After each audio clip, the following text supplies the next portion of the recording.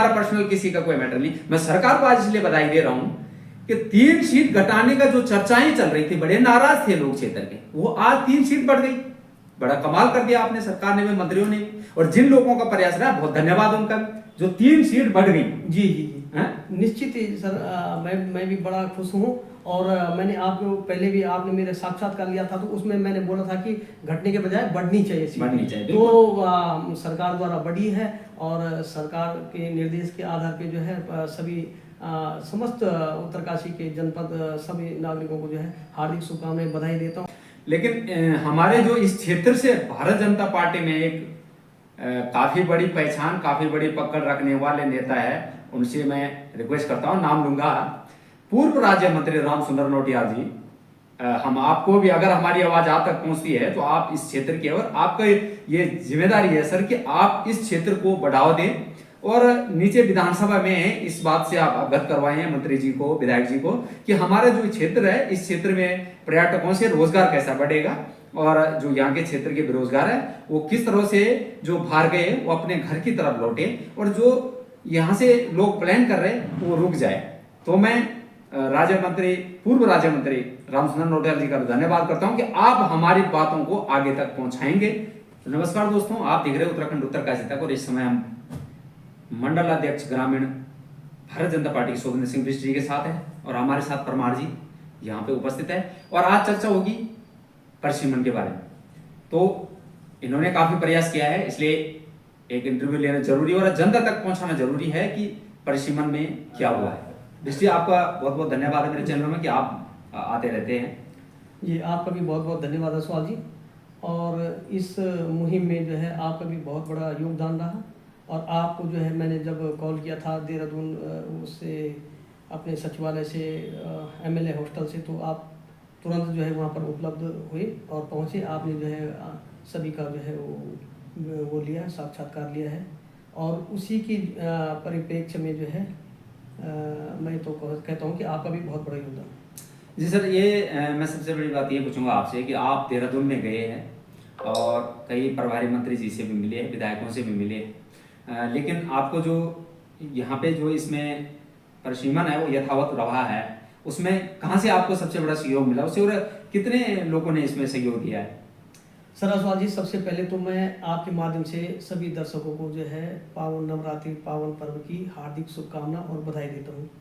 और इसके साथ ही मैं माँ भगवती, माँ सरस्वती जी से प्रार्थना करूँगा कि अंदर अच्छी क्वालिटी, अच्छी बुद्धि और ऐश्वर्य दे, ताकि आप अच्छे से अच्छे, ऊंचे से ऊंचे लोगों का जो है साक्षात्कार ले सके, और विकास के जो आयाम हैं उनको जो है जनता तक पहुँचाएँ, और जनता की समस्याओं को जो उठाने का भरपूर जो प्रयास आपका है। कि जो ये परिसीमन में यथावत हुआ है उसमें कहाँ से आपको सबसे बड़ा सहयोग मिला कि ये यथावत हो गया?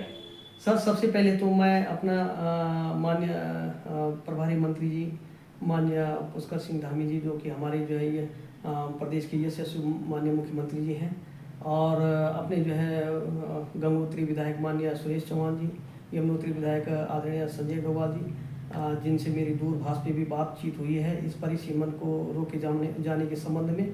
और मैंने पहले भी कहा था कि हमारा सीमांत डिस्ट्रिक्ट है, सीमांत जनपद है उत्तरकाशी, इसमें जो है मतलब सीटों को कम करने के बजाय मतलब ज़्यादा से ज़्यादा हो, ताकि जो है वो संपूर्ण क्षेत्र का जो है विकास हो सके।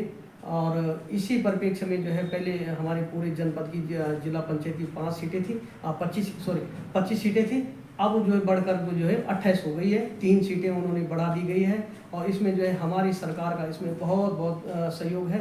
माननीय प्रभारी मंत्री जी ने त्वरित जो है जिस दिन आपने हमारा साक्षात्कार लिया था, माननीय प्रभारी मंत्री महोदय जी ने जो है हमारी जो हमने उनको प्रस्ताव दिया था और उनको सुना। हमारे साथ जो है हमारे माननीय जिलाध्यक्ष जी भी थे, और मेरे साथ जो है नगर मंडल अध्यक्ष चैन सिंह महर जी थे, और मैं भी था, और अन्य लोग भी बहुत सारे थे हमारे। जी, यानी सीट जो कम करने की बात करते क्या बढ़ गई है?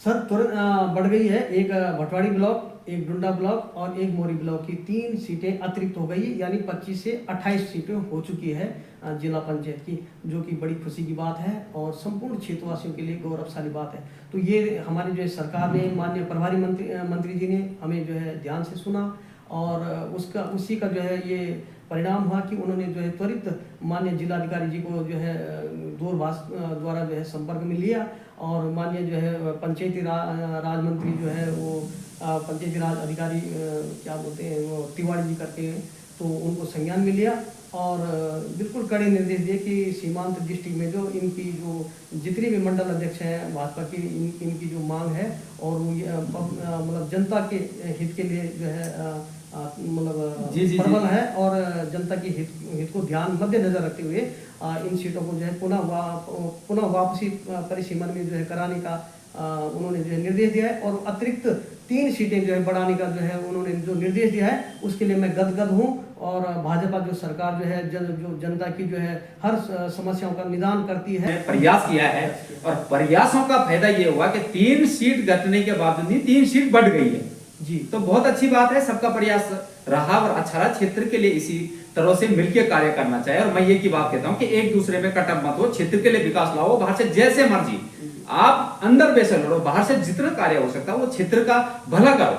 और इसमें सबसे बड़ी खुशी है कि चलो 3 सीटें जो बढ़ी है इसकी जरूरत थी और बहुत अच्छी बात है कि ये जो बढ़ी है, लेकिन आपका जो जिला पंचायत के लिए जो गमरी पट्टी से चुनाव लड़ना है वो निश्चित है कि बीच में आप बैठ जाओगे? नहीं सर, निश्चित है सर। देखिए मैं पहले भी आपके माध्यम से कह चुका हूँ कि मैं विभिन्न 2013-14 में भी उम्मीदवार था और तब से लेकर अब तक जो है भले मैंने उस समय चुनाव नहीं लड़ा, हमारे जीत सिंह बड़कोटी जी भी थे, चाची उस समय जो है सामाजिक उन्होंने जो है काफ़ी संघर्ष किया, तो फिर वो हमारे चाची भी थे, हमसे बड़े भी थे, तो फिर हम चलो शॉर्टकट में आपसे 2-3 सवाल कर लेते हैं। भाजपा ने गमरी पट्टी में क्या कार्य किया हुआ है? सर कार्य तो सबसे पहले मैं बता दूं कि गैलाड़ी तो अनूर आप स्वयं जो है परिवहन उससे भी जुड़े हैं, तो आपको पता है मालूम है कि वो जो है 4.5 किलोमीटर जो है कम हो चुका है जो उसकी दूरी एक तरफ की, तो यानी एक दिन में 9 किलोमीटर 10 किलोमीटर यानी प्रत्येक आदमी को जो है अब कम दूरी तय कर। लेकिन मैं एक बार रोकूं आपको, सवाल ये भी होंगे वीडियो पे कि वो तो विधायक जी ने करवाया। सर विधायक जी ने क्या करवाया तो किसके माध्यम से हुआ? सरकार के माध्यम से हुआ ना। हमने कितनी बार जो है माननीय मुख्यमंत्री जी को लिखा है, माननीय विधायक जी को लिखा है, विधायक जी की उसमें महत्वपूर्ण भूमिका है, इस बात से नकारा नहीं जाता है। मैं उनके साथ जो है पूजा में विराज, जब जिस दिन उन्होंने उद्घाटन किया उसका जो है मुझे जो है बिल्कुल इनवाइट किया है, बुलाया है मुझे, तो उनका भी आभार व्यक्त करते हैं। मगर लेकिन सुना उन्होंने हमको जरूर सुना उन्होंने, मगर जो है हमारी जो सरकार का कहीं ना कहीं जो है माननीय भारत रत्न अटल बिहारी पूर्व प्रधानमंत्री अटल बिहारी वाजपेयी जी का जो सपना था कि हर गांव जो है सड़क से जुड़े और हर सुविधाजनक जो है रोड और भी बढ़े, तो इसमें जो है त्वरित जो है समस्याओं का निदान और समय का जो अभाव है, जो समय चक्र जो बढ़ रहा उसको कम करने का, और जो भी मैंने बताया था आपको कि हरियाणी के पास भू धसाव हो रहा उसका भी ये जो है अतिरिक्त मतलब मार्ग मतलब सहूलियत वाला मार्ग बनेगा, और अगर नहीं भी धसता है तो भी अच्छी बात है। एक मिनट, अगर आप जिला पंचायत लड़ते हो, लोगों को पता है कि आप भारत जनता पार्टी के मंडल अध्यक्ष है, आप अपने क्षेत्र में क्या जवाब दोगे कि भारत जनता पार्टी ने हमारे ये क्षेत्र में ये कार्य किया हुआ है, इस सड़क छोड़ो आप बाकी और कार्य क्या है? बाकी और सर कार्य क्यों नहीं सर, कार्य विकास के तो हो ही रहे, ऐसा थोड़ी नहीं। अभी सड़क किसने दी? सरकार ने तो दी, ऐसा नहीं है, ऐसा नहीं माना जाता। मगर लेकिन जो अन्य समस्या वो कहते कि विधायक जी के कोटे से आता है ये, और विधायक भी निर्दलीय हमारे अभी इस समय, तो मैं उन लोगों को बोलना चाहता हूँ कि भाई सरकार जब ये धन मुहैया कराती विधायक जी को, तभी तो विधायक जी खर्च करते हैं। कोई भी विधायक हो, वो हमारे पार्टी का हो, निर्दलीय हो, कांग्रेस का हो, कोई भी हो, विधायक तो विधायक होता है और सरकार होती है। तो सरकार जब आपको मानवात कुछ खर्च करने के लिए जो आपको मुखिया देते तो आप तो उन्हीं को मानेंगे ना, तो न कि विधायक जी को। तो ठीक है, विधायक जी ने इस पे जो है संज्ञान लिया है, इसलिए उनका आभार है, वो भाव है वो उसमें करता रहूंगा। मैं एक बात और बताता हूँ, लास्ट सवाल ही होगा हमारा एंड, जो विकास है, विकास के मुद्दे पे प्रतिनिधि चुनाव क्यों नहीं लड़ते हैं? और आज तक नहीं, मैं पिछले कई सालों से देख रहा हूं कि जो विकास होता गांव का, उसके मुद्दे पे कोई प्रतिनिधि चुनाव ही नहीं लड़ता। भाई क्यों, क्या वजह है कि आप विकास के मुद्दे पे चुनाव नहीं लड़ रहे हो? अगर किसी ने लड़ा है तो दिखाए मुझे अपना मुद्दे, कि ये हमने क्षेत्र की समस्या रखी हुई, प्रत्येक गांव की लिस्ट है हमारे पास कि इस गांव में इस चीज की जरूरत है और अगर हम बनते तो ये करवाएंगे। दिखाए कोई भी प्रतिनिधि। मैं सबको कह रहा हूं, अगर किसी प्रतिनिधि के अंदर हिम्मत है तो आप आए डिबेट करें सामने अपने पर्चे लाके, कि जो चुनाव लड़ते प्रतिनिधि वो विकास की नीति पे नहीं लड़ते हैं, किसी और ही नीति पे लड़ते हैं, और अगर लड़ते हैं तो दिखाए अपना मुद्दा। अपना एजेंडा दिखाए चुनाव लड़ने का। क्यों सही है? बिल्कुल सही बोला आपने। और मैं पहले भी बोल चुका हूँ आपको कि भाई मैं अपनी जहाँ तक अपनी बात करता हूँ, अब देखो विभिन्न और सभी का जो है वो लेना जो है कि मैं समझता हूँ कि यहाँ पर जो है वो करना तो मुनासिब नहीं होगा, क्योंकि सभी की अपनी अपनी भावना है, सभी जो है अपने अपने हिसाब से तौर तरीके से चलते हैं। पर जहाँ तक मेरा हो सके मैं आपको अपना फीडबैक दूंगा। अभी जो है हम इसी पे लगे थे। अभी जो है मैं गांव गांव में जाऊंगा, समस्या सुनूंगा और जितना हो सके जितना उस परिधि में आता है। देखो ऐसा नहीं मैं चैनल पे जो है बड़ी बड़ी बातें करूँ और कल के दिन जो फिसड्डी साबित हो, ये मेरे जहन में नहीं है। मैं पहले भी कह चुका हूँ आसवाद जी, मैंने भी पत्रकारिता की है। मैं हर क्षेत्र से जुड़ा व्यक्ति हूँ। मैं परिवहन से भी जुड़ा हूँ, मैं समाज से भी जुड़ा हूँ, मैं राजनीति से भी जुड़ा हूँ। मैं कोई ऐसा लगभग भगवान की ऐसी कृपा है कि लगभग कोई ऐसा क्षेत्र नहीं होगा जिससे मैं जुड़ा नहीं हूँ या जिसको मैंने छुआ नहीं। साथ आपको मिलाने जा रहे हैं वरिष्ठ नेता भाजपा के उदयपाल परमार जी हमारे साथ हैं, और इस समय इनसे भी एक क्षेत्र की 2 मेन समस्या पूछेंगे। सर, आप ऐसे भारतीय जनता पार्टी से कितने सालों से जुड़े हैं? 25-30 सालों से मैं भाजपा का सक्रिय सदस्य हूँ जी। और निरंतर क्षेत्र के मुद्दों पर हमेशा संघर्षरत रहा हूँ जी।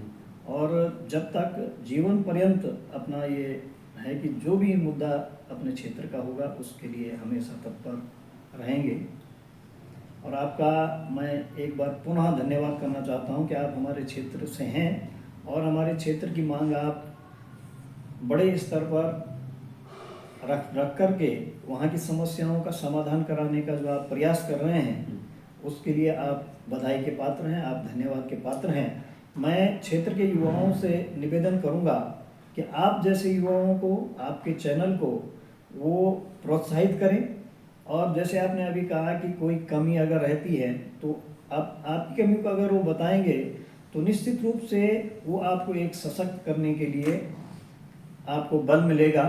और मेरा सभी युवाओं से निवेदन होगा कि हमें अपने युवा साथी को आगे बढ़ाना है। हम दुनिया भर के अंशण चैनल देखते हैं जिसका कोई औचित्य नहीं होता है और कहीं ना कहीं हमारी गिरावट होती है। तो मेरा ये निवेदन सभी युवा साथियों से होगा कि अपने भाई को हमें आगे बढ़ाना है, इस चैनल को ज़्यादा से ज़्यादा प्रमोट करना है ताकि हमारे क्षेत्र की समस्याओं के प्रति सरकार, शासन प्रशासन का ध्यान जाए और हमारी समस्याओं का समाधान आपके माध्यम से हो।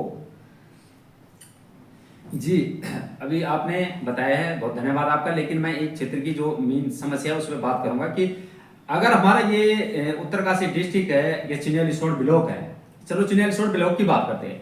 यहाँ पे अगर रोजगार की बात करें तो हमारे पास 2 ऑप्शन है और बड़े लेवल पे है। किसी बड़े पत्रकार ने भी नहीं ये लेवल सोचे होंगे, और अगर सोचे होंगे तो बहुत धन्यवाद उनका। कि एक तो हमारे पास बहुत बड़ी झील है यहाँ, जिस झील के ऊपर हम गोवा जैसे, ये फॉरेन जैसे कोई ऐसे टूरिस्ट प्लेस बना सकते हैं जिसमें हमारा पूरा क्षेत्र रोजगार के लिए जो है बाहर से भी यहीं आएगा और बाहर जाने की जरूरत नहीं पड़ेगी। दूसरा ऑप्शन हमारे पास यहाँ पे एक सेम नागराजा है। सेम नागराजा धाम को अगर चलाए जाए तो इस पूरे आधा टिहरी डिस्ट्रिक्ट और आधा उत्तरकाशी डिस्ट्रिक्ट को रोजगार मिलने का अवसर बने। आप बिल्कुल सही कह रहे हैं। जैसे कि भारत सरकार की महत्वाकांक्षी एक योजना झील के प्रति जो रिंग रोड बनाने की है और एक कोटेश्वर डैम का जो पानी इस झील में डालने की है, उसका उद्देश्य यही है कि चिन्याली सौर तक झील भरी हुई रहेगी हर समय और यहाँ पर बोटिंग का जो रोजगार होगा। और आपने जैसे कहा कि कॉटेज वगैरह का, होटल व्यवसाय का, गाड़ी व्यवसाय का, तो इस तरह का यहाँ पर कार्यक्रम सरकार की योजना में शामिल है और ये जल्दी ही ये कार्यक्रम शुरू होने वाला है। दूसरा आपने कहा जो अपने क्षेत्र का 5वां धाम पूरे प्रदेश का अपना सेम नागराजा सेम मुखेम जो धाम हमारा है उसमें मुख्यतः जो है आपका, अगर हम इधर से चले बनकोट होते हुए तो सबसे पहले आपको वहाँ पर गुप्ता सेम मिलेगा।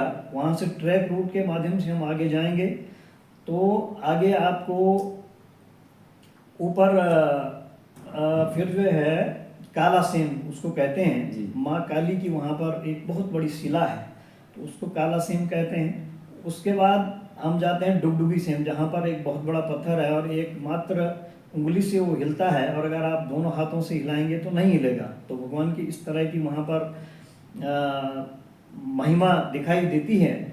उसके बाद आप जाएंगे, अगर हम ऊपर वाले मार्ग से जाते हैं तो शतरंजु सेम आता है। शतरंजु सेम में भी बहुत सारे वहाँ पर चिन्ह मिलते हैं। वहाँ पर घोड़े के टापू के निशान वहाँ पर मिलते हैं, और हिडिंबा राक्षसी का चूल्हा वहाँ पर मिलता है, जो कि पुराणों में भी इसका वर्णन है। और नीचे अगर हम फिर उसके आते हैं तो प्रगटा सेम आता है, जहाँ पर भगवान की शिला जो आपरूपी ही वहाँ पर उत्पन्न हुई, और वहाँ पर गंगू रमोला के द्वारा उनको स्थापित किया गया। उसके बाद हम आते हैं नीचे तलवला सेम में।